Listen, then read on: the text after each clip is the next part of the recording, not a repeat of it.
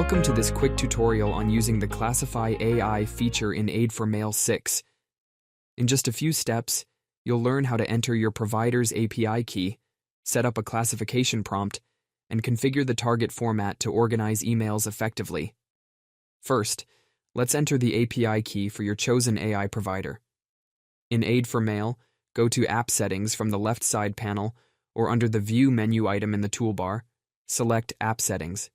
Next, click on the AI tab from the menu items, then enter your API key in the respective field for OpenAI, Anthropic, Google Gemini, or Mistral AI. Make sure your API key is valid and has sufficient credits. After entering your API key, save, and then use the X to close the app settings. Next, go to Project Settings from the left side panel or under the View menu item in the toolbar.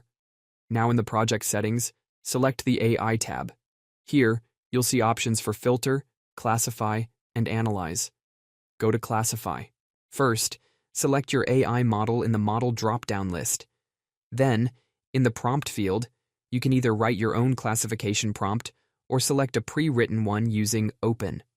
As you can see, Aid4Mail contains many different pre-written prompts from varying themes like corruption, money laundering, fraud detection, and more. For this example, we will select financial and transactional indicators. As you can see, the prompt has been added to the Classify prompt field. This is what we call a restricted classification, as we are defining the values that AI will use for each email. This prompt will classify emails based on their connection to financial transactions related to trafficking or exploitation.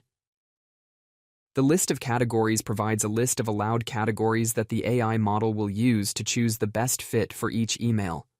Once your prompt is ready, click Verify to ensure it's valid for your selected AI model.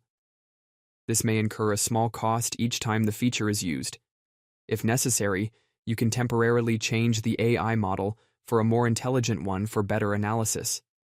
Now, select which email attachment data should be provided to AI and used for helping classify the emails. Once finished setting up your Classify prompt and options, use the X in the top right-hand corner to close the project settings and bring you back to the session screen. Back on the session screen, you will first select your source format and configure it. As you can see, I'm using a PST file. Next, you will need to configure the target settings to store the classification results. Under Target, select your target format. I will use EML files. Provide the location to where you want to save the results. Then, under Folder Structure, select Use a Template. Now, under Folder Structure Template, click on Insert, AI Tokens, then select the Classify token. This will automatically create folders named after the classification categories.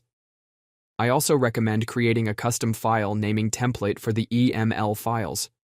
For file name, select Use a Template. In the File Name Template field, use Insert to create your desired file naming template. I recommend using the email's date and subject as shown here. With everything set up, it's time to classify your emails. Click Run to start the session and process your emails using AI classification. Aid4Mail will sort the emails into the designated folders based on the classification categories. And that's it. You've successfully set up and used the Classify AI feature in Aid4Mail. Thanks for watching. For more tutorials and updates, visit aid4mail.com.